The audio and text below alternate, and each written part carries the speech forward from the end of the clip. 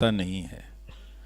जो हिंदुस्तान का मीडिया इस वक्त है, उसे देखते हुए कोई भी ये अब समझ सकता है कि इसमें भाषा का कोई फ़र्क नहीं रहा। पहले की टेलीविज़न चैनल की दुनिया से आता हूँ, किसी भी चैनल को आप देखें, चाहे वो हिंदी का चैनल हो, चाहे वो अंग्रेज़ी का चैनल हो, तो भाषा का फ़र्क मिट गया है। तो क्लास का फ़र्क मिट गया, कंटेंट का फ़र्क मिट गया, क्राफ्ट का फ़र्क मिट गया है और ड्राफ्ट का फ़र्क मिट गया है।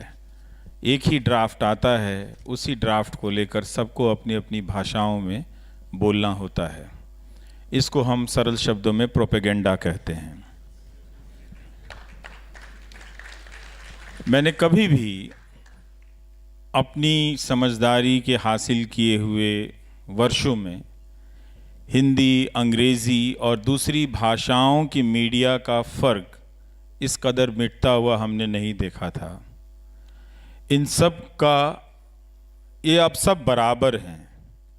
ये और बात है कि इनका लीडर अंग्रेज़ी वाला है, ये और बात है कि उसका भी सुप्रीम लीडर हिंदी वाला है।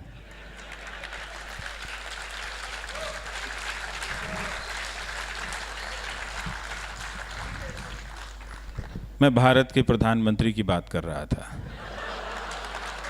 आप लोगों ने तालियां बजाई तो सोचा नाम बता दूं, कहीं ये धोखा ना हो जाए। तो ये एक चीज़ आई है आपको। तो मीडिया बहुत अब बदल गया है, उसका कंटेंट, फॉर्मेट सब एक जैसा है।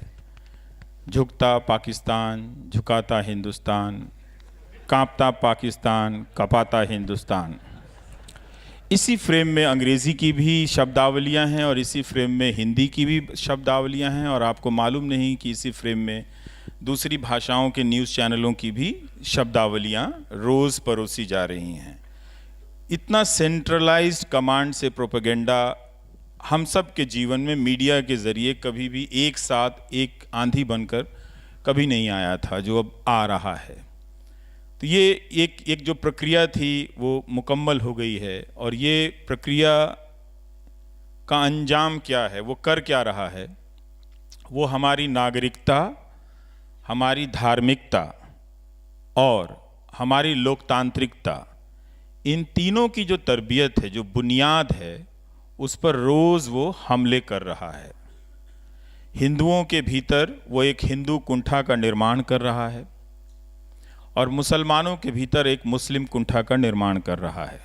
आप कुंठा की जगह भय भी पढ़ सकते हैं, चाहे आप कुंठा कह लीजिए, चाहे आप भय कह लीजिए। तो उसका जो पूरा फॉर्मेट है वो एक ऐसा डिज़ाइन करना है कि पहले वो शुरू करता है कि हिंदुओं को मुसलमानों से डरना चाहिए, फिर वो बताता है कि हिंदुओं को हिंदू से डरना चाहिए, और फिर इस डराडरी के खेल में मुसलमान भी अपने आप से डरने लगता है और पब्लिक और पॉलिटिकल स्पेस से पीछे हटता है।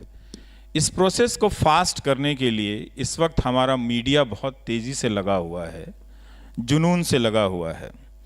एक 15 करोड़ की आबादी को आपने पब्लिक और पॉलिटिकल स्पेस से पीछे धकेल दिया है। जब आप ये ख़तरनाक काम कर सकते हैं तो आप अपने भीतर की आबादी को के और भी 15 करोड़ को इसी तरह से पीछे धकेल सकते हैं। तो ये जो धकेलने की प्रक्रिया है वो वहाँ तक उन सब को धकेल देना है ताकि जो 30% का खेल है वो बचे रह जाएं, और रोज़ वो एक तरह के नए समर्थक का निर्माण कर रहा है। डेली हमारी जो नागरिकता का बोध है उसका विभाजन हो रहा है, हमसे उस बोध को छीना जा रहा है। हम इतना ज़्यादा उस हिंदू कुंठा के शिकार हो गए इन टेलीविज़न चैनलों के ज़रिए कि अब हिंदुओं पर भी शक करने लगे हैं। आप टीवी चैनलों का इस वक्त देखें, चाहे अंग्रेज़ी या हिंदी, तो वो लेबल लगा है पाकिस्तान का, मगर चर्चा में ये बात आ रही है कि हमारे बीच जो गद्दार हैं, जो हमारे बीच गद्दार हैं, पहले हमें उनसे लड़ना पड़ेगा। तो एक तरह से ये प्रक्रिया अब पूरी हो गई है। तो अगर आप भारत के लोकतंत्र को देखना चाहते हैं कि वो कैसा हो गया है, तो किसी भी रात कोई सा भी चैनल आप देख लीजिए, ये मजाक की बात नहीं है, ये मजाक की बात नहीं है। जिस आज़ादी की लड़ाई को आपने 100 साल तक लड़ा और एक भावनाओं की बुनियाद कायम की कि हम इस तरह का हिंदुस्तान बनाएंगे जहां कोई अशफाक और विस्मिल दोनों को कोई एक दूसरे से अलग नहीं कर सकेगा। हमारे न्यूज़ एंकर रोज़ शाम को किसी अशफाक को किसी विस्मिल से अलग कर रहे होते हैं और किसी विस्मिल को किसी अशफाक से अलग कर रहे होते हैं। और इनका जो नेता है, मीडिया और पॉलिटिक्स, इसका कभी भी विलय इतना कंप्लीट नहीं हुआ था। ये प्रोसेस अब पूरा हो गया है। आप न्यूज़ चैनलों को देखकर ये समझ सकते हैं कि शाम को बीजेपी का कोई प्रोग्राम चल रहा है, उनका कोई एजेंडा चल रहा है। इसमें किसी भी ज़्यादा दिमाग लगाने की ज़रूरत नहीं है। तो हमारे एंकरों ने वो मुमकिन करके दिखाया है, और इस टेलीविज़न ने, जो अंग्रेज़ चाहते हुए भी नहीं कर सके, जो बहुत से लोग चाहते हुए भी नहीं कर सके। हिंदुस्तान में बहुत सारे दंगे हुए, वो उन दंगों के असर में भी हम अलग नहीं हो सके, लेकिन अब वो अलग कर दिया है। तो ये जो हमारी जो नागरिकता का जो बोध है, उस पे हमला है। हम सबको इस टीवी से लड़ना पड़ेगा।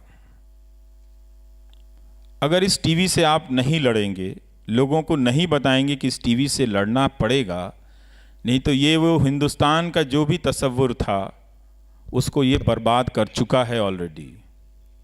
ये 19 के बाद बर्बाद नहीं करेगा, ये 2014 से 2019 के बीच बर्बाद कर चुका है। अगर आप इसके प्रमाण में हज़ारों उदाहरण देखना चाहते हैं, जानना चाहते हैं, वो भी दिया जा सकता है। पर इतना क्यों मेहनत करना चाहते हैं? कोई एक न्यूज़ चैनल, एक एंकर को देख लीजिए, लगता है कि राष्ट्रवाद की सारी समझ उसी को दुनिया में आ गई है, अब वो खुदा हो गया है। वो इस तरह से बोल रहा है न्यूज़ एंकर। तो एक तरह से न्यूज़ एंकर ने इंफॉर्मेशन को हटा दिया है, उसकी जगह वो परसेप्शन को ले आया है। और जो दर्शक थे, जो आप हैं, उनको हटाकर जो पॉलिटिकल पार्टी के समर्थक हैं उनको दर्शक बना लिया है। उसकी पूरी कोशिश है कि आप दर्शक ना बने। दर्शक बनने की एक ही शर्त है कि आप सूचना मांगे कि फिल्म की शूटिंग के दौरान आपने कितने कपड़े बदले थे, मांगे कि शो के दौरान आप हर दिन की रैलियों के आपके डिजाइनर कपड़े इतने अच्छे क्यों रहे। ये सवाल तो बाहर दिखने वाले सवाल हैं। जो भीतर घटने वाले सवाल हैं, वो उन सवालों का वो तब पैदा होंगे जब सूचनाएं आप तक पहुंचेंगी। तो जब आपके पास सूचनाएं नहीं पहुंच रही हैं, तो फिर आप दर्शक नहीं रहे।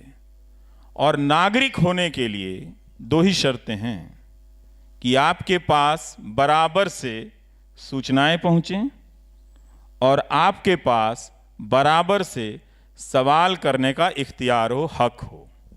इन दोनों पर हमला हुआ। तो एक तरह से इस पूरे डिज़ाइन में आप टीवी को देखें तो आप बहुत आसानी से समझ सकते हैं कि आज का मीडिया दर्शकों को हटा रहा है, बाहर कर रहा है और नागरिकों को मिटा रहा है। उसके बदले में अपने लिए एक समर्थकों का हुजूम तैयार कर रहा है, जो ट्रोल करा देते हैं, जो वायरल करा देते हैं। जिनको आपत्ति होती है हम सब की बातों से, तो हमें गालियां दिलवा देते हैं, जान से मारने की धमकियां दिलवा देते हैं। उसी भारत माता का नाम लेते हुए मेरी माँओं को और मेरी बहनों को गाली दिया गया। बताइए, अगर भारत माता सचमुच होती हैं, जो टैगोर की ड्राइंग से बनते बनते हम सब की कल्पनाओं में आई भारत माता, वो अगर साक्षात होती तो उनसे पूछते, मेरी भी माँ भारत माता है। अगर तुम भावनाओं की राजनीति करने का ये तुमने तरीका सीख लिया है, तो क्या हम सब अपनी माताओं और बहनों को छोड़ दें? तो ये जो गालियां हैं, इन गालियों को पॉलिटिकल वेपन में इस्तेमाल किया गया और इस पॉलिटिकल वेपन को टेलीविज़न के ज़रिए लेजिटिमाइज किया जा रहा है। टेलीविज़न अभी माँ बहन की गालियों पर नहीं आया है, लेकिन वो आपको एंटी नेशनल बोल के दरअसल उन्हीं गालियों की जगह पे वो आपके लिए एंटी नेशनल का इस्तेमाल कर रहा है। तो हम इस स्थिति पर पहुंच गए हैं, रोज़ इसे स्वीकार करने लगे हैं कि नहीं नहीं ये ज़्यादा है, इन पे कोई ध्यान नहीं देता है। मेरा अपना मत है मीनाक्षी कि इन्होंने एक बड़ी जमात तो तैयार कर ली है जिसको अनदेखा नहीं किया जा सकता है। वो जमात है, वो हारने से नहीं मिटने वाली है, न जीतने से ख़त्म होने वाली है। पर वो जमात हमारे बीच में है कि जब आप सवाल पूछें सरकार से तो पहला सवाल आता है कि आप कांग्रेस के एजेंट हैं, दूसरा सवाल आता है कि आप कम्युनिस्ट हैं, फिर कहा जाता है कि आप नक्सल हैं, फिर कहा जाता है कि आप अर्बन नक्सल हैं, फिर कहा जाता है कि आप एंटी हिंदू हैं, फिर कहा जाता है आप प्रो मुस्लिम हैं, फिर कहा जाता है कि आप एंटी मोदी हैं। यही वो बिंदु है, यही वो अंतिम बिंदु है आपके सवाल करने पे, जो इस लोकतंत्र में लोक व्यवस्था की समाप्ति का आरंभिक बिंदु है। लोक व्यवस्था एक पब्लिक ऑर्डर को समझते हैं हम, और उन गालियों के जरिए और इस मीडिया के जरिए जो लोक व्यवस्था हमने कायम की थी उसे ध्वस्त कर दिया गया है। तो अब हालत यह है कि जो नागरिक है वो नागरिकों से डरा हुआ है, हम अपने अधिकार भूल गए हैं और हुजूर की शान में हम सवाल करना छोड़ दिए। इतना डर लगता है उनसे कि पूछने वाले मीडिया संस्थान खत्म हो गए, और अभी भी हम उन मीडिया संस्थानों को महीने का 500 रुपया अखबार में और 500 रुपया इंटरनेट पे खर्चा करके सब्सिडाइज कर रहे हैं। मैंने दर्शकों की ऐसी जमात अपनी ज़िंदगी में नहीं देखी जो लोकतंत्र के खात्मे का हथियार बन चुके मीडिया को सब्सिडाइज करता हो अपनी मेहनत की कमाई से और अपने मेहनत के बचे हुए समय से। धन्यवाद। जो आपने दशा बताई है मीडिया की वो शब्दशः सही है। हम हर रात देखते हैं कि किस तरह से जो इस तरीके का उन्माद है जो चैनल्स पर चल रहा है। इस बीच मुझे राजेश जोशी की एक बहुत प्रचलित कविता है वो याद आती है, जो चारण नहीं होंगे, जो गुण नहीं गाएंगे वो मारे जाएंगे। कुछ दिन पहले ही गोविंद पानसरे की जो डेथ एनिवर्सरी है वो बीती है। ऐसा दौर है जहां मीडिया पर सवाल उठाए जा रहे हैं, लगातार सवाल उठाए जा रहे हैं, फिर भी उसी मीडिया के एक तबके को इतनी ज़्यादा लोकप्रियता मिली हुई है, वो तबका जिस पर हो सकता है किसी आम इंसान को या हम जैसे किसी व्यक्ति को आपत्ति हो। ये जो स्वीकार्यता और ये जो लोकप्रियता है इस तरीके की मीडिया को, जो एक तरीके का एजेंडा चला रही है पत्रकारिता के नाम पर, इसको आप किस तरीके से देखते हैं? आपने कहा कि आपने कभी नहीं देखी दर्शकों की ऐसी बड़ी जमात, पर क्या वजह है कि ऐसे चैनल्स को, ऐसे एंकर्स को स्वीकार्यता मिली हुई है? उनके भीतर अभी भी ये विश्वास बना हुआ है कि वो पत्रकारिता देख रहे हैं, ये पत्रकार हैं तो ये अपना काम ठीक से कर रहे हैं। जिन जिन लोगों में ये शक पैदा हुआ उन्होंने उसे देखना बंद भी किया है, लेकिन मैं ये मानता हूं कि उन्होंने बहुत बड़ा तबका तैयार कर दिया है, उसको नज़रअंदाज नहीं किया जा सकता है। जो लैस है नफरत की बातों से, उनकी बातों से, तो ये तैयारी जो है वो अचानक नहीं हुई, ये 5 सालों से लगातार होती चली जा रही है। और हम लोग जो कोशिश भी कर रहे थे, हमारी कोशिश की अपनी एक सीमाएं हैं।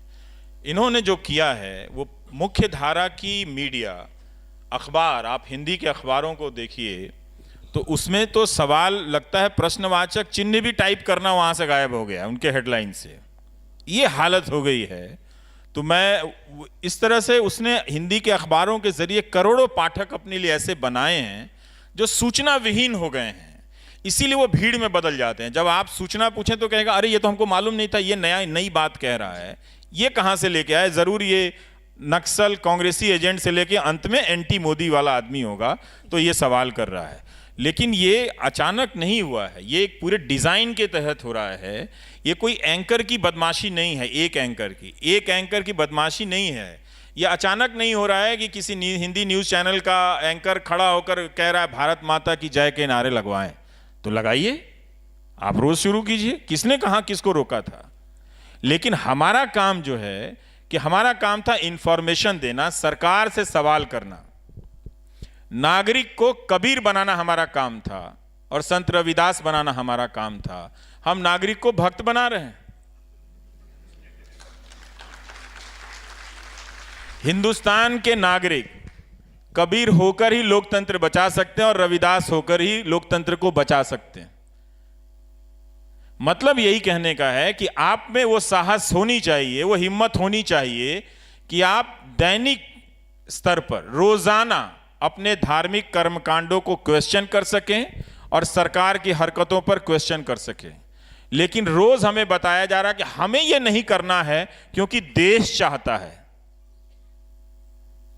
भाई, तुम अपने घर में अखबार 4 नहीं ठीक से पढ़ पाते हो, तुम सारे देश के बारे में कैसे जान गए कि देश क्या चाहता है? तो ये जो एंकर है, ये एंकर अब पत्रकार नहीं है, ये पॉलिटिकल पार्टी में इसका विलय हो गया है। एक एंकर की बात होती तो हम समझते कि ठीक है, भटका हुआ है या उसका अपना कोई एक नजरिया है वो रख रहा है।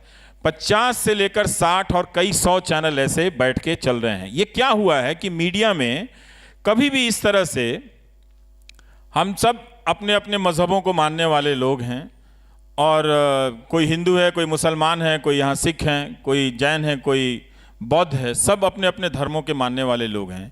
लेकिन इस मीडिया ने एक तरह से वो ऐसा कभी भी दौर नहीं आया कि हिंदुस्तान का मीडिया ऑफिशियली हिंदुत्व का मीडिया बन गया। वो हिंदू धर्म और हिंदुत्व में बड़ा फर्क है। वो उसकी राजनीतिक शाखा बनाकर हिंदू धर्म का इस्तेमाल करने वाले कुछ लोगों का समूह है जो हिंदुत्व का इस्तेमाल करते हैं। हिंदू धर्म अलग है जो हम और आप दैनिक आचार व्यवहार करते हैं। तो एक पूरा एक गिरोह बन गया और उसने लेजिटिमाइज किया है कि धमकियों को, गाली को, सवाल पूछने की परंपरा को हम खत्म करके दिखा सकते हैं। वो उसने कर दिया है। हालत यह है कि 10 लोगों से मिलता हूं तो 10 के 10 ये सवाल होते हैं कि आप बोल कैसे लेते हैं, हमें बड़ा डर लगता है। तो जो मीडिया ये संभव करके दिखा दिया कि आपको आधिकारिक रूप से आपातकाल लगाने की ज़रूरत नहीं है, हम ये काम कर देते हैं आपके बदले। आप रैलियां करें 1 जनवरी से लेकर 100 तक, जो भी चुनाव आचार संहिता तक आप 100 रैलियां कर लें। हम अलग अलग विचारधाराओं की बात करते हैं। दुनिया के सभी देशों में अलग अलग विचारधाराओं की राजनीति हो रही है। उदाहरण के तौर पर अगर हम यूएसए को लेते हैं तो वहाँ की जो मीडिया है उसमें बहुत क्लियर, ट्रांसपेरेंट मामला है। जो रिपब्लिकन्स के साथ में है उन्होंने भी अपना साफ कर रखा है जो नज़रिया है कि हम रिपब्लिकन्स को सपोर्ट करते हैं या हम इस विचारधारा से सहमत हैं। डेमोक्रेट्स अपनी विचारधारा से सहमत है और मीडिया का एक तबका है जो इस चीज़ के साथ ट्रांसपेरेंसी बरतता है। हिंदुस्तान में अलग अलग विचारधाराएं हैं, पॉलिटिकल आइडियोलॉजीज़ हैं, पर ऐसी मैच्योरिटी भारत की मीडिया में नहीं है कि वो साफ ट्रांसपेरेंसी बरतते हुए कह दें कि वो निष्पक्ष नहीं है, वो बायस्ड हैं या वो फलानी विचारधारा को सपोर्ट करती हैं। ये मैच्योरिटी भारतीय मीडिया में नहीं दिखाई पड़ती। इसकी क्या वजह लगती है? कारण ये है कि हमारा मीडिया धीरे धीरे उदारीकरण के बाद अगर आप देखें तो अपना स्पेस वो गंवा रहा था। वो उस कमज़ोरी के ढलान पर पहले से था। जब शमशानों में रिपोर्टर पहुंच गए थे, स्वर्ग की सीढ़ी ढूंढ लाए थे। अब ढूंढी लाए थे तो मंगलयान पे इतना खर्चा क्यों कर रहे हैं? सीढ़ी लगा के चढ़ जाइए ऊपर, है कि नहीं? जाके वहाँ पे जो भी रखा हुआ है, दही वही रखा हुआ है, उतार लाइए। तो ये चल रहा था, टेलीविज़न चैनलों पर चल रहा था।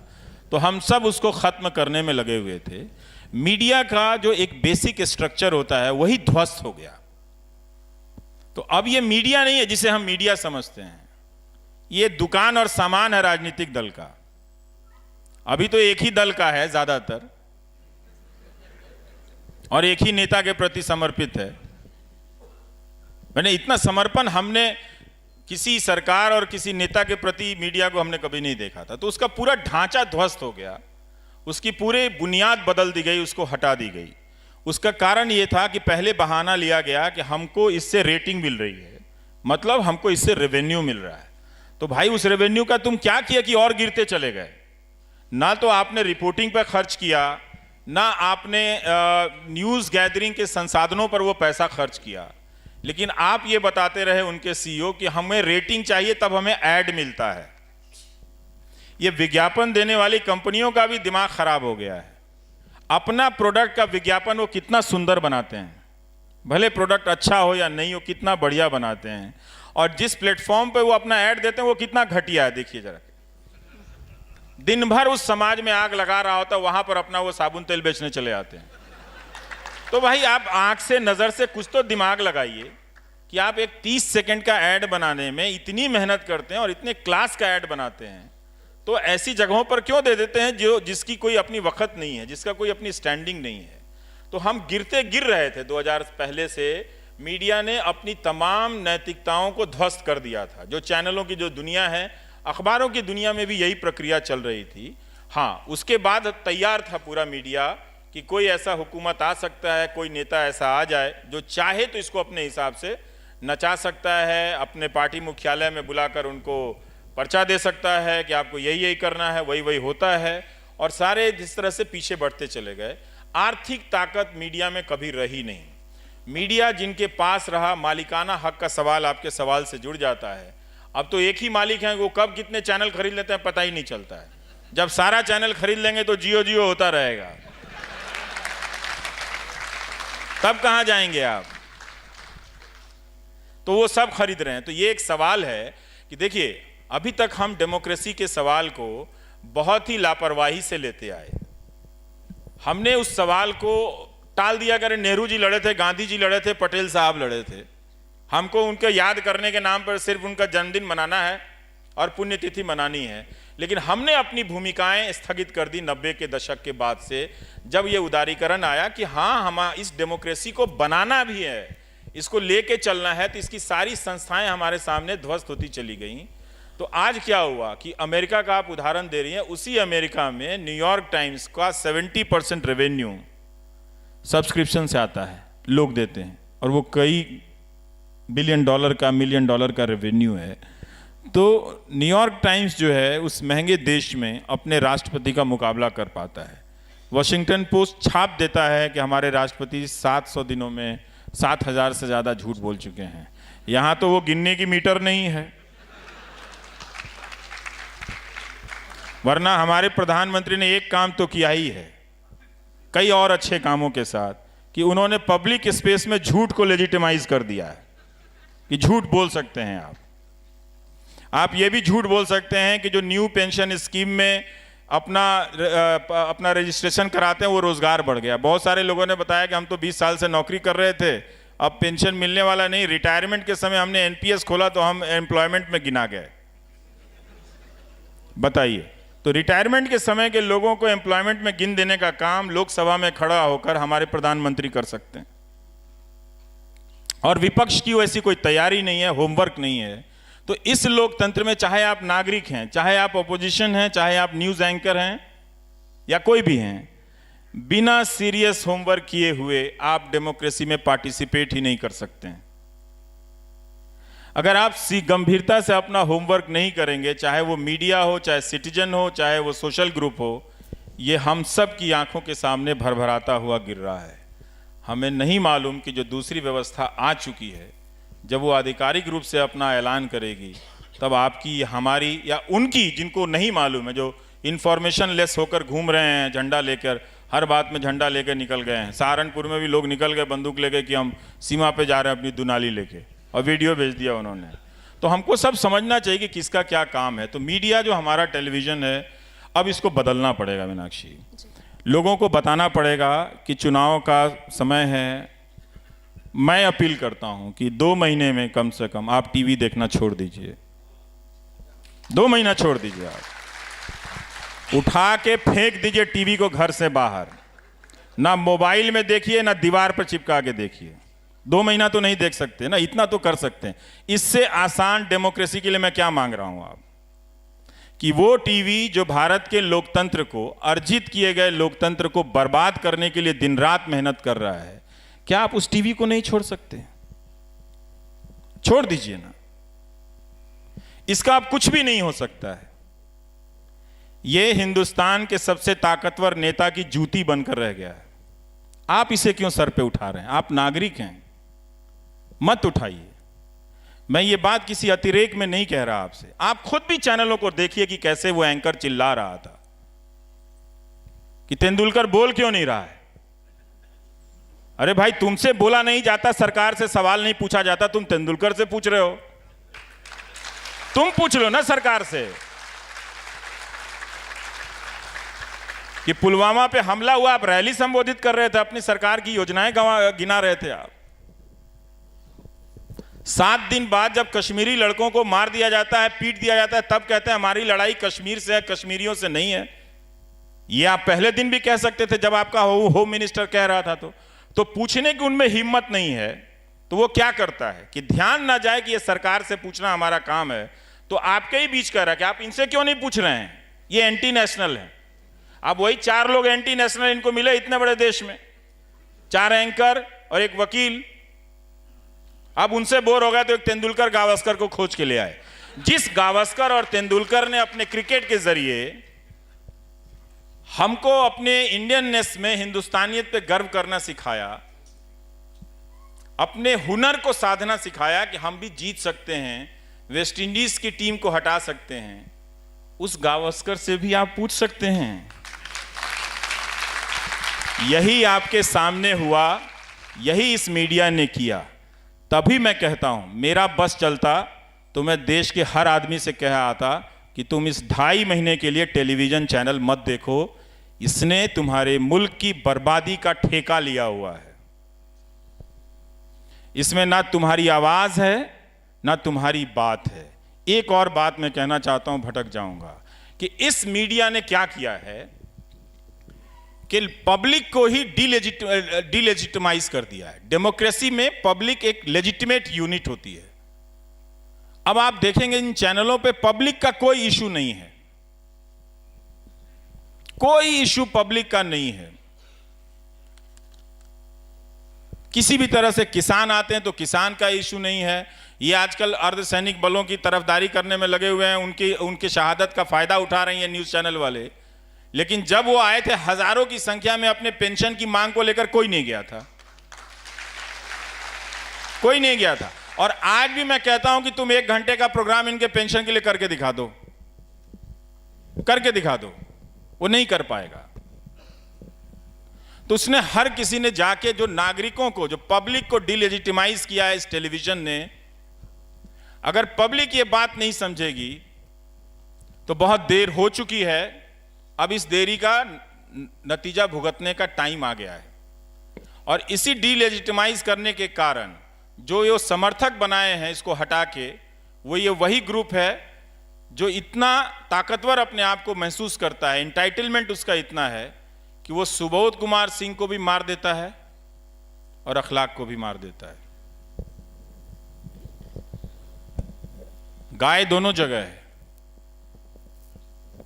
लेकिन वो भीड़ जो है बिना जाने समझे वो मार देता है। तो ये जो टेलीविजन ने जो कांड किया है इस देश में और जो कर रहा है, आप हर रात जाकर आप देखें और पता करें कि ये क्या कर, तो ये क्या बदलेगा? नहीं बदलेगा। इसका विकल्प हमको ढूंढना पड़ेगा।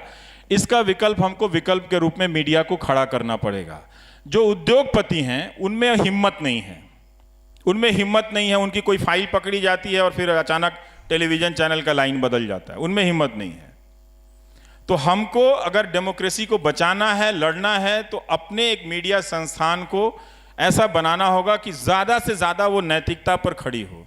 और नैतिकता के लिए बहुत ज़रूरी है कि वो साफ पैसा हो, और साफ पैसा सिर्फ भारत की जनता दे सकती है। नेताओं के पास, उद्योगपतियों के पास साफ पैसा है नहीं।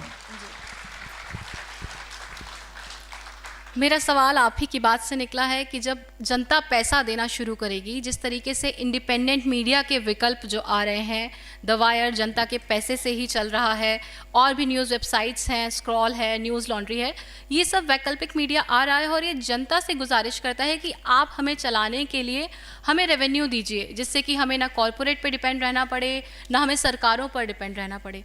ऐसे में ऑल्टरनेट मीडिया को जिस तरीके से थ्रेट किया जा रहा है, जिस तरीके से उन्हें धमकाया जा रहा है, और जितने छोटे स्तर से शुरू होते हैं उसमें डर की गुंजाइश ज़्यादा होती है कि वो डर जाएंगे।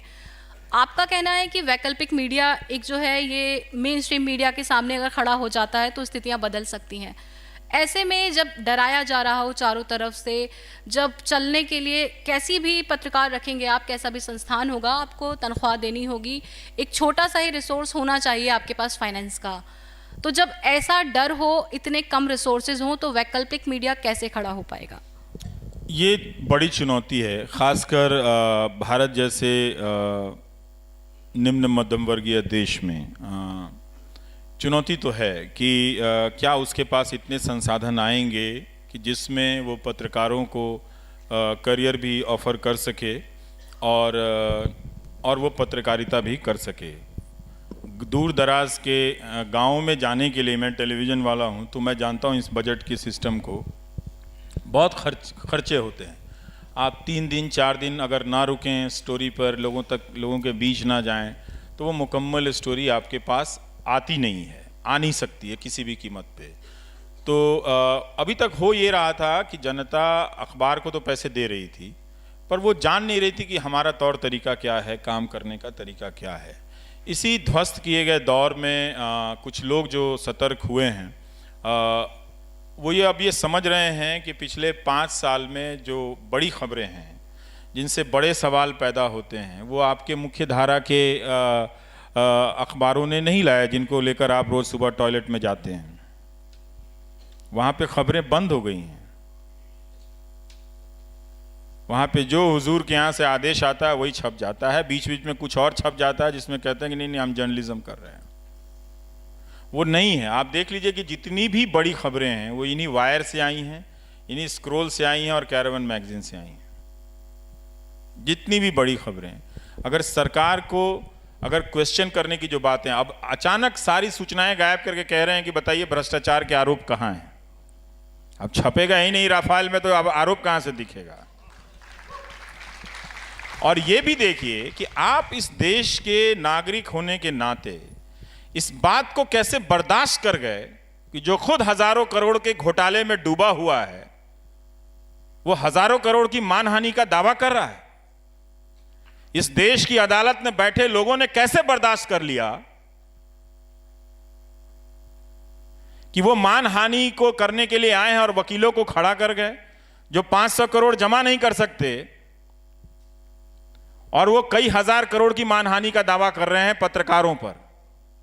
कैसे बर्दाश्त कर लिया आप लोगों ने? क्योंकि आपने एक नेता के लिए सारे उसूलों को तोड़कर बर्दाश्त करना सीखा, और अब आप किसी भी अरे गहरे उद्योगपतियों के लिए भी ये बर्दाश्त कर रहे हैं कि वो आपके लोकतांत्रिक मूल्यों पर आपके सामने हमला करके चला जाए, और आप बर्दाश्त कर गए। कहां गया आपके भीतर ये बेचैनी पैदा क्यों नहीं हुई कि आपके लोकतंत्र में हो क्या रहा है? एक स्टोरी छपने पे 1000 करोड़ की मानहानि का दावा करेंगे आप। 1.25 रुपए की मानहानि का कानून बनाइए। ये तो बहुत बड़ा सामंतवाद है। हम लोकतांत्रिक व्यवस्था में हैं। अब भाई आप हैं क्या जो आपकी मानहानि 1000 करोड़ की हो गई? क्या हैं आप? 1.25 रुपए की आपकी मानहानि होनी चाहिए, 1.25 रुपए की मानहानि मेरी भी होनी चाहिए, और 1.25 रुपए की मानहानि गरीबों की भी होनी चाहिए। किसी का मान सम्मान किसी से ऊंचा होगा, यह सामंती सोच है। वो अनिल को समझाइए, और नहीं तो अंबानी जी को समझाइए। मान सम्मान में बराबरी होनी चाहिए। ये आप कैसे बर्दाश्त कर गए?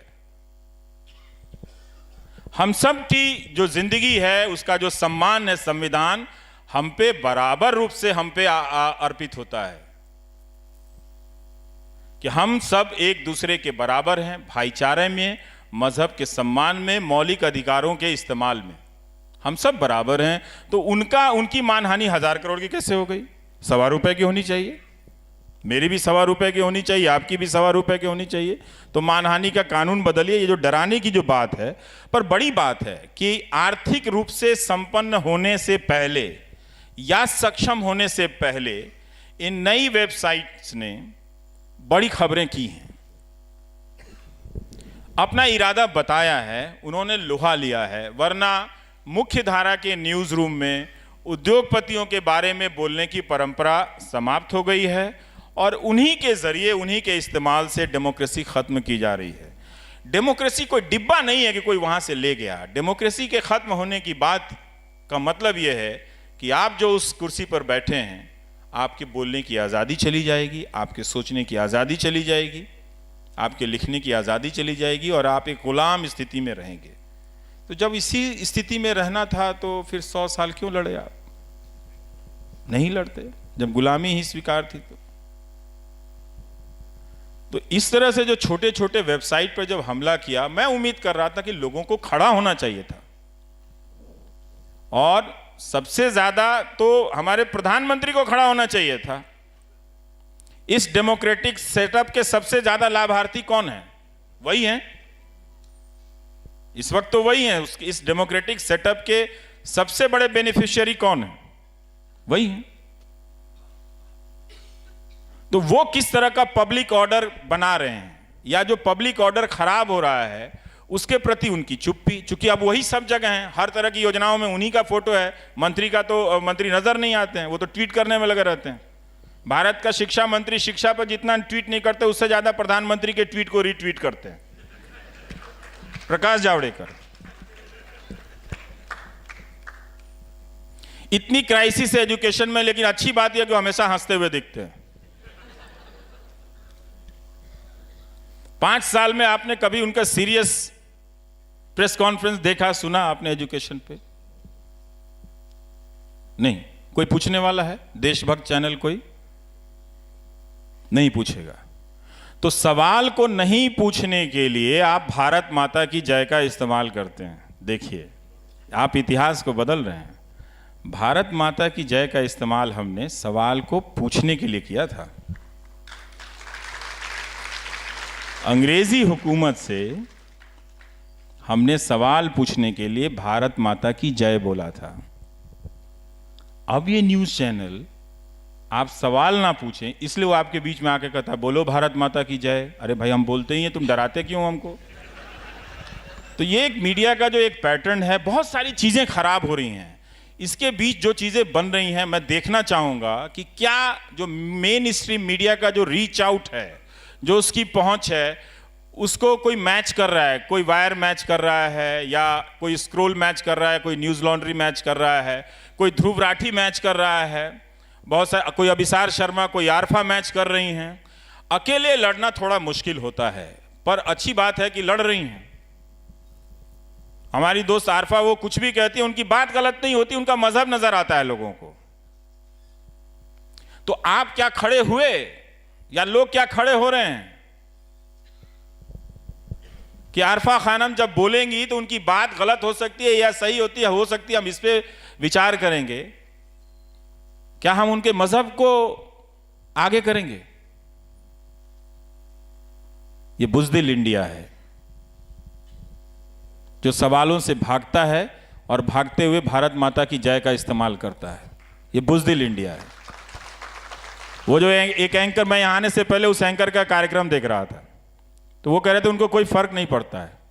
अरे भाई, क्यों फर्क पड़ेगा? हुकूमत तुम्हारे साथ है,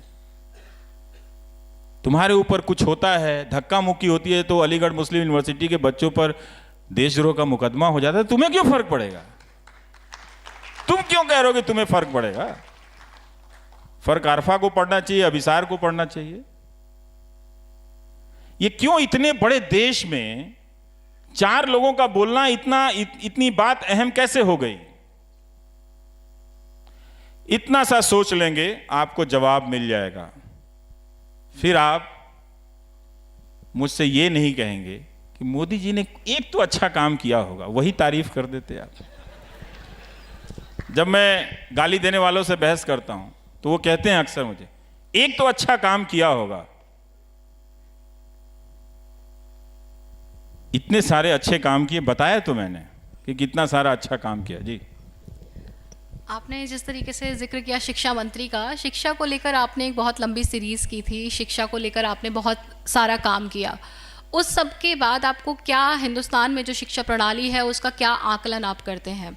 बहुत ही ख़राब। और जो इस वक्त जो एजुकेशन सिस्टम है, वो जो पहली पीढ़ी के लोग जो आ रहे हैं, जो हम सबको देखकर आकांक्षाएं पाल रहे हैं कि हम ज़िंदगी में अच्छा करेंगे, उनको रोकने की एक कोशिश है। आप दिल्ली में ही आप देख लें तो कई हज़ार शिक्षक एडहॉक पढ़ा रहे हैं, है ना? और आप बाहर के कॉलेजों में चले जाएं, गांव कस्बों के कॉलेजों में या राजधानियों के कॉलेज में, जहां ठीक ठाक कभी कभार कॉलेज हुआ करते थे, वो पिछले 15-20 साल में बर्बाद कर दिए गए। 1 लाख से ज़्यादा शिक्षक नहीं हैं और कोई 10 लाख स्कूलों में शिक्षक नहीं हैं। और आपको पता है एक मज़ेदार बात, मैसेच्यूसेट्स इंस्टीट्यूट ऑफ टेक्नोलॉजी, उधर इंडिया कांग्रेस हो रहा था हार्वर्ड की तरह, तो हमारे शिक्षा मंत्री जा नहीं पाए क्योंकि चुनाव था। तो वो अपना स्पीच भेजते हैं, जैसे उन लोगों को मालूम नहीं है कि India is a 1 billion plus country. ये सब जो नहीं होता है कि इतने मिलियन, चुनाव आयोग का जो पर्चा होता है वो पढ़ देते हैं। उसके बाद वो एक चीज़ बताते हैं कि हम स्कूलों में बहुत अच्छा काम कर रहे हैं, आप लोग को नहीं पता होगा। और 6 to 12 के स्कूलों में वो 3D प्रिंटर दे रहे हैं। किस लिए भाई? जिस सरकारी स्कूल में मास्टर नहीं है, आप MIT के बच्चों को कह रहे हो रॉकेट दे रहे हो क्या? 3D printer. नहीं समझ में आती ये बात कि ये बात गलत है। रोबोटिक्स की पढ़ाई हो रही है 6 to 12 में। आपने कोई प्रोजेक्ट लॉन्च किया होगा 200-300 स्कूलों में। आप कह रहे हैं कि हम 6ठी से लेकर 12वीं तक में रोबोटिक्स की पढ़ाई करा रहे हैं और 3D प्रिंटर दे रहे हैं। गजब हाल है भाई साहब। जैसे वही गनीमत था कि मैंने कहा कि अगला लाइन ये ना कह दें कि 3D प्रिंटर का आविष्कार हमारे यहां पहले ही हो गया था।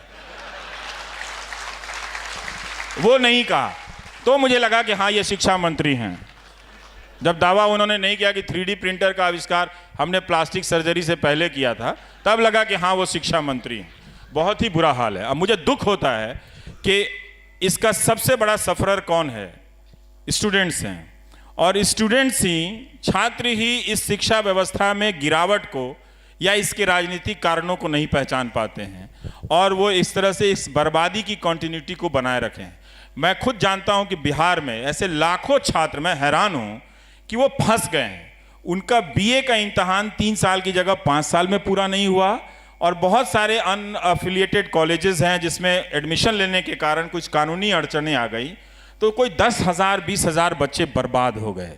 उनका रिजल्ट नहीं निकला और इस 27 तारीख तक अगर नहीं निकला तो वो रेलवे की परीक्षा का फॉर्म नहीं भर पाएंगे। तो सोचिए उनके सामने से क्या छूट रहा है। कोई बेचैनी नहीं है इस देश में, क्योंकि एंकर को सरकार का समर्थन प्राप्त है और वो 4 लोगों को बुलाकर हिंदुस्तान के लोगों में नेशनल और एंटी नेशनल का खांचा बनाने में व्यस्त है। यह आपका मीडिया है। तो हमने ना तो जनता ने शिक्षा के सवाल को प्राथमिकता पे रखा, ना पत्रकारों ने रखा, ना नेताओं ने रखा, और इसकी कीमत हम सब बहुत ज़्यादा चुका रहे हैं। जगह जगह में हम एक पैरेलल समानांतर व्यवस्था में अपनी मेहनत की कमाई दे रहे हैं। किसी बच्चे को कोई चैन नहीं है। जो इटावा में है, जो मैनपुरी में है, जो धनबाद में है, जो मोतिहारी मुजफ्फरपुर में है, वो सब बहुत तकलीफ से गुजर रहे हैं। ये सिर्फ कहने की बात नहीं है, पर इस शिक्षा पे सीरीज़ करते हुए मैंने देखा और मैं इस बात को अभी भी समझना चाहता हूँ कि इतनी बर्बादी के बाद भी उनके भीतर ये हिंदू कुंठा जो चैनलों और राजनीति ने बिठाई है, वो क्यों और कैसे इतनी मजबूत है। मेरा अपना शक है कि आज भी उनसे कहा जाए कि तुम अपनी बर्बादी को रहने दो, इस हिंदू कुंठा को चुन लो, तो शायद वो चुन सकते हैं। पर उन्होंने मुझसे वादा किया है कि अब वो इस राजनीति को समझ गए हैं। अब वो एजुकेशन के सवाल को प्राथमिकता देंगे अपने कोई भी दल को वोट करते हुए। देखता हूँ 2 महीने में पता चल जाएगा। आपने बताया स्कूलों में मास्टर नहीं है, यूनिवर्सिटीज़ में एडहॉक टीचर्स हैं, पर पुलिस की मौजूदगी हर कैंपस में है। हाँ, तो इस देश में राय दी गई कि तोप लगा दो यूनिवर्सिटी में और तिरंगा लगा दो तो देशभक्ति आ जाएगी। अब भाई तिरंगा आप अपने यहाँ लगा के तब भी तो आप इतना रिश्वतबाजी के इतने सारे मामले आ जाते हैं। चुनाव आयुक्त कह गए, जो रिटायर होकर गए, कि काला धन खत्म नहीं हुआ। सारा काला धन का कारोबार यही लोग कर रहे हैं। नहीं तो इनकी रैलियों में बरसाती नहीं होता, इनकी रैलियों में। और कितनी महंगी रैलियां हो रही हैं, कभी जाकर आप देखिए तो उन मंचों की सजावट देखिए। ये जो 100 रैलियां हुई हैं प्रधानमंत्री की, उन मंचों की सजावट देखिए, उनके शामियाने देखिए, अमित शाह के देखिए, राहुल गांधी के देखिए, सबके देखिए। आपको पता चलेगा कि तिरंगा झंडा लगाने की सबसे ज्यादा जरूरत इनकी रैलियों के मंचों पर है, यूनिवर्सिटी में नहीं। यूनिवर्सिटी में मास्टर लगा दीजिए।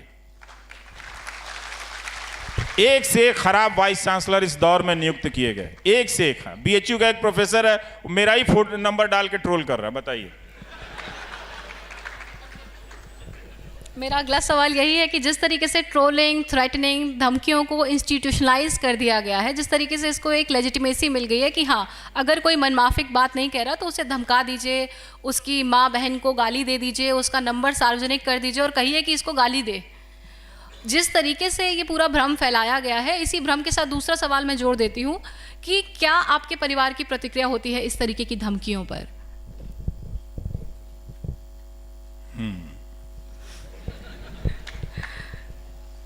क्या इसी को जवाब समझा जाए? नहीं, जानना चाहिए आप लोगों को भी, मुझे क्या है जी। उन ट्रोल्स तक ये पहुंचना चाहिए कि इस तरीके की जो हरकतें हैं, इनका किसी की एक आम व्यक्ति के जीवन पर क्या प्रभाव पड़ता है। आप केवल एक पत्रकार नहीं हैं, या वो व्यक्ति नहीं है, वो दानव नहीं है जिसके रूप में आपको प्रचारित किया जाता है। एक आम परिवार की तरह आपके भी परिवार में लोग हैं जो आपकी फिक्र करते हैं।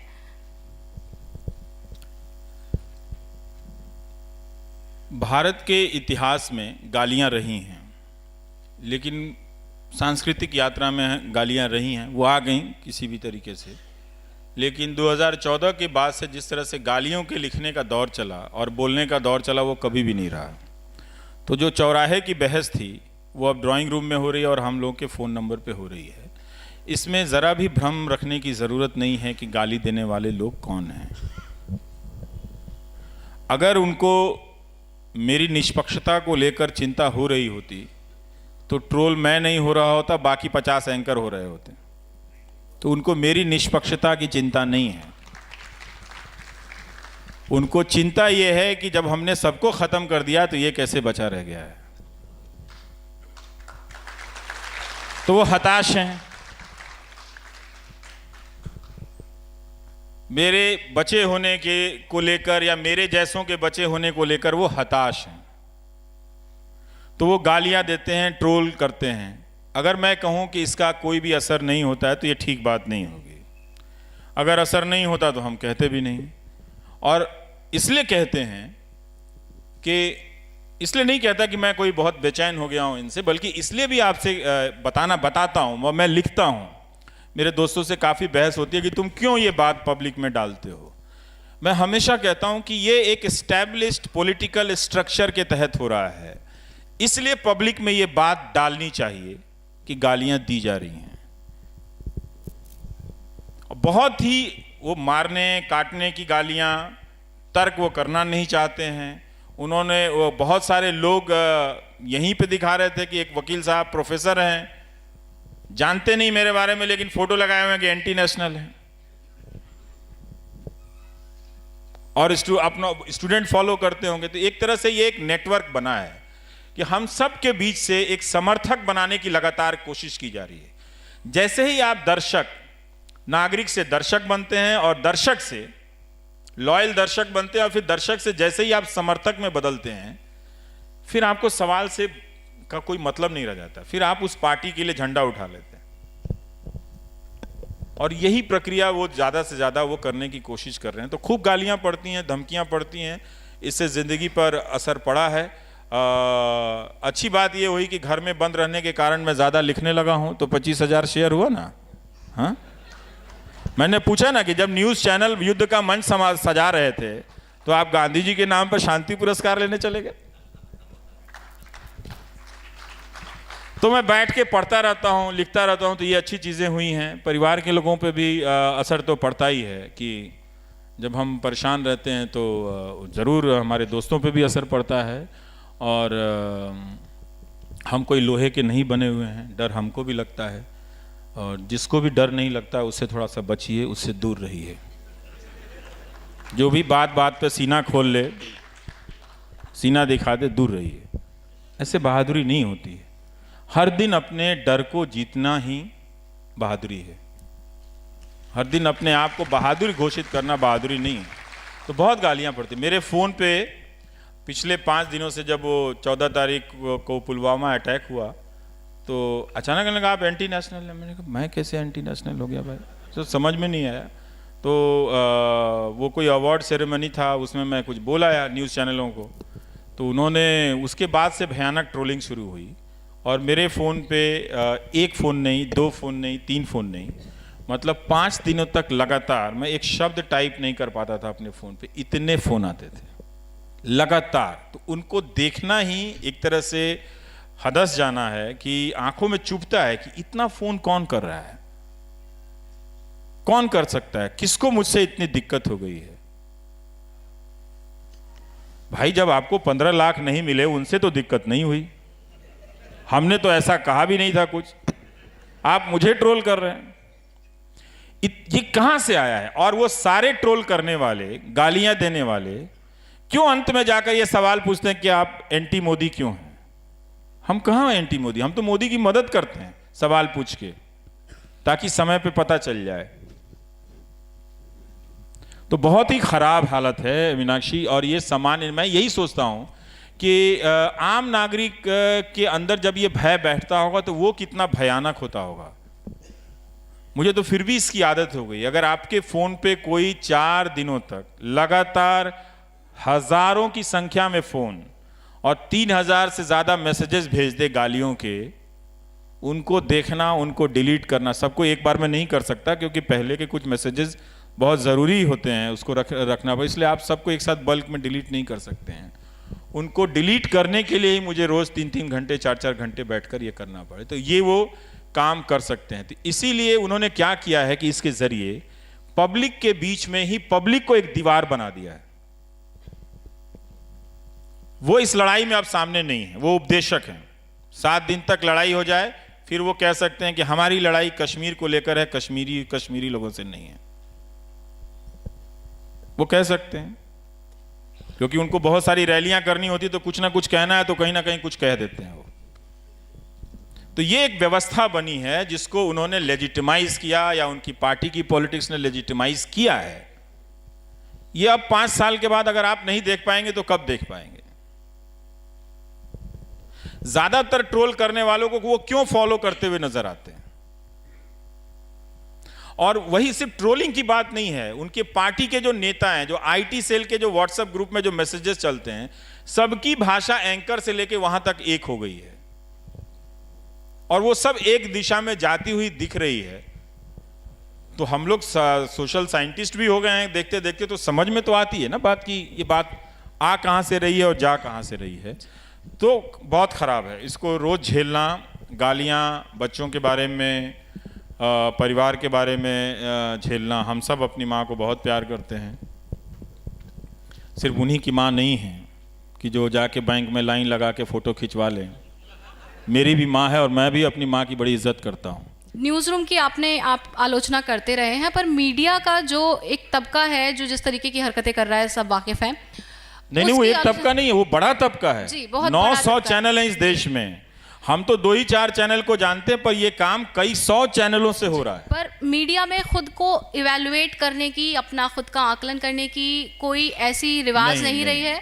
ऐसे में आप किसी कॉन्क्लेव में जाते हैं, किसी संगोष्ठी में जाते हैं, वहाँ बड़ी नैतिकता की बातें होती है। वही संपादक जो न्यूज रूम में ऊप्स मूवमेंट और तैमूर डेस्क बनवा रहे हैं, ऐसे लोगों से मैं थोड़ा दूर रहने लगा हूँ आजकल। जी, मेरा सवाल यही है कि ये जो नैतिकता है, ये जो आदर्श है, सिर्फ संगोष्ठियों और कॉन्क्लेव में क्यों है, न्यूज रूम में क्यों नहीं है? नहीं रहेगा, क्योंकि यही तो, अगर वो उन्हें पता है कि वो न्यूज़ रूम में कुछ बातें कहनी है, सबके पास एक भीड़ है ना, तो उनके भी कार्ड बढ़ जाते हैं, लोग आ जाते हैं, तो वो सोचते हैं वो जो बोल रहे हैं वो सत्य बोल रहे हैं। लेकिन अपना इवैल्यूएशन ही नहीं होगा। ये जो देखिए आप हिंदी के अखबारों के संपादकों का हाल देख लीजिए। हम न्यूज़ एंकरों की तो आलोचना होती है, उनके एडिटोरियल देखिए कितने खराब हो गए। और यही नहीं, कैसे पत्रकारिता को ख़त्म किया जा रहा है। मैं एक हिंदुस्तान अखबार देख रहा था कि 80-85 खबरों में कोई मुश्किल से 10-12 बाईलाइन भी नहीं है, जबकि वो बहुत बड़ा अखबार है। कुछ अखबारों में संपादकीय भी आना बंद हो चुके हैं। तो कैसे लिखेंगे? नाम से तो लिखने से अच्छा है, झमेला लेने से तो नहीं। आज छपते हैं वैसे, लेकिन वो पत्रकारों के नाम तक नहीं है। तो जर्नलिस्ट को भी फेसलेस बनाना है और जो न्यूज़ रिपोर्ट है उसको भी इंफॉर्मेशन लेस बनाना है।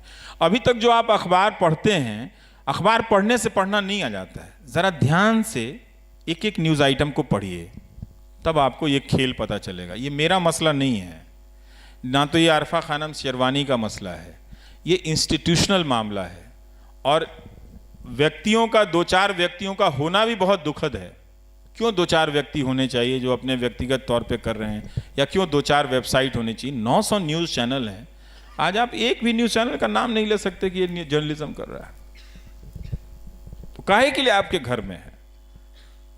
तो अंदर नहीं है। जो हमारे प्रेस की जो बॉडीज़ हैं, जो बनी हुई हैं संस्थाएं हैं, वो बहुत काम की नहीं हैं, बहुत काम की नहीं हैं। उनमें भी वही सब लोग हैं, और जो लोग भी होंगे तो क्या कर लेंगे? वो एक निंदा कर देते हैं, कंडेम कर देते हैं, वो ट्विटर पे आ जाता है, वो चलता फिरता कहीं गायब हो जाता है। लेकिन स्थितियां वैसे ही बनी रहती हैं। उनके ये कह देने से कि बरखा दत्त को, रोहिणी सिंह को, आरफा खानम को, मुझे अभिसार को ट्रोल किया जा रहा है, ये ठीक नहीं, हम इसका विरोध करते हैं, कोई फर्क नहीं पड़ रहा है। क्योंकि फर्क आपको नहीं पड़ रहा है, लोगों को फर्क नहीं पड़ रहा है। और लोगों को फर्क नहीं पड़ना ही कई बार मुझे लगता है कि ये इस बात का प्रमाण है कि जो इन न्यूज़ चैनलों पर दिख रहा है वो शायद हिंदुस्तान में हो गया है। भारतीयों को यथास्थितिवादी कहा जाता था, और ये सब दिखाई पड़ रहा है कि वो यथास्थिति में खुश हैं। अजीब तरह का, मतलब ये स्टेटस को तो नहीं है, क्योंकि जो हमने बुनियाद कायम की थी उसका रेफरेंस पॉइंट बदला, उसको पूरा ध्वस्त किया इन चैनलों ने।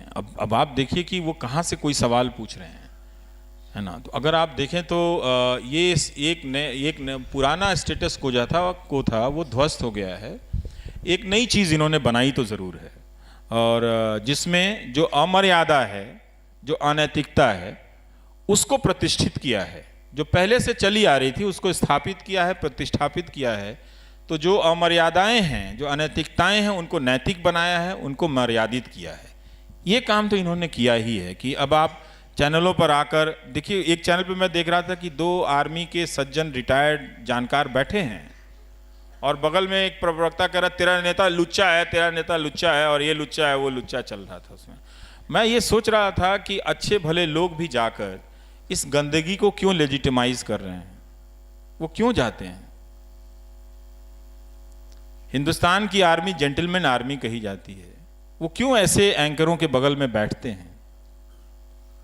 क्या उनको भी लगने लगा है कि देश में उनसे ज्यादा ये नेशनलिस्ट, ये न्यूज एंकर हो गया है? उनको देखना चाहिए कि किस तरह से वहां पर नचवाया जा रहा है, गालियां दी जा रही हैं। हमारे जो रिटायर्ड सोल्जर हैं, बड़ा रिस्पेक्ट है उनके लिए, उनके नॉलेज के लिए। वहाँ वो कुछ भी इस्तेमाल नहीं होता, सिर्फ उनके प्रेजेंस को लेकर ये न्यूज़ चैनल अपने आप को लेजिटिमाइज करते हैं, अपने एजेंडा को, कि हमारे साथ आर्मी के ऑफिसर बैठे हैं, और वो दूसरों को पूछता है कि तेंदुलकर या कोई नसीरुद्दीन शाह एंटी नेशनल है। मैं इन सेना के बेहतरीन अफसरों से गुजारिश करता हूँ कि आप प्लीज़, आप हमारे लोकतंत्र के सबसे मजबूत प्रहरी हैं, आप अपने अनुभव और ज्ञान का इस्तेमाल इन बंदरों के जरिए लोकतंत्र के खात्मे में साथ मत दीजिए। वरना 10 साल बाद जब कोई यूट्यूब में जाकर देखेगा तो आप नजर आएंगे कि आप वहां पर बैठे हुए थे, क्योंकि वो ये नहीं बोल पाते कि तुम कैसे बोल सकते हो। मैं जानता हूं, मैं आर्मी मैन हूं, मैं जानता हूं जान की कीमत क्या होती है, शहादत की कीमत क्या होती है। जब गोली चलती है तो हमारे घरों के भीतर कितनी गोलियां चलती हैं। तो हमारे जेंटलमैन आर्मी के जो जितने भी रिटायर्ड अफसरान हैं, उनको ये बात समझना चाहिए कि एंकर उनकी मौजूदगी का इस्तेमाल कर रहे हैं। प्लीज़ वो ऐसा ना होने दें। उनका नॉलेज बहुत कीमती है, बहुत ज़रूरी है कि डिफेंस के स्ट्रेटजी को हम पब्लिक के तौर पर समझने के लिए, उनके अनुभवों को जानने के लिए, वो हमारे लिए बहुत ही ज़रूरी लोग हैं। लेकिन उनको बिठाकर भाषा की मर्यादा टूटे, जो खुद उन्होंने अपनी ज़िंदगी में नहीं की, अपनी कमांड के यूनिट में कभी नहीं होने दिया, और अब जाकर एक शाम बिताने के लिए आप बैठे हैं जहां पर उस तरह का प्रोपेगेंडा एजेंडा चल रहा है। आपने जिस सेना को लीड किया उसमें कभी भी आपके दिमाग में ये बात नहीं आई, ना आने दिया आपने कि हम हिंदू मुसलमान अलग हैं, और इन चैनलों पर सारा एजेंडा चल रहा है और आप बैठे हुए नजर आ रहे हैं। मत आइए। अगर सेना से रिटायर हो गए हैं तो इन न्यूज़ चैनलों से भी रिटायर हो जाइए, छोड़ दीजिए इनको छोड़िए आप। हमारे पास यही एक लोकतांत्रिक तरीका बचा है कि आप इनको छोड़ दीजिए, वरना ये हम सबको छोड़ने लायक नहीं छोड़ेंगे ये लोग। हम सब इसी सड़क पे कहीं घेर के मार देगा, कोई आपको मार देगा, कोई सुबोध सिंह को मार देगा, कोई अखलाक को मार देगा। मरेंगे वो सब जो चुप हैं।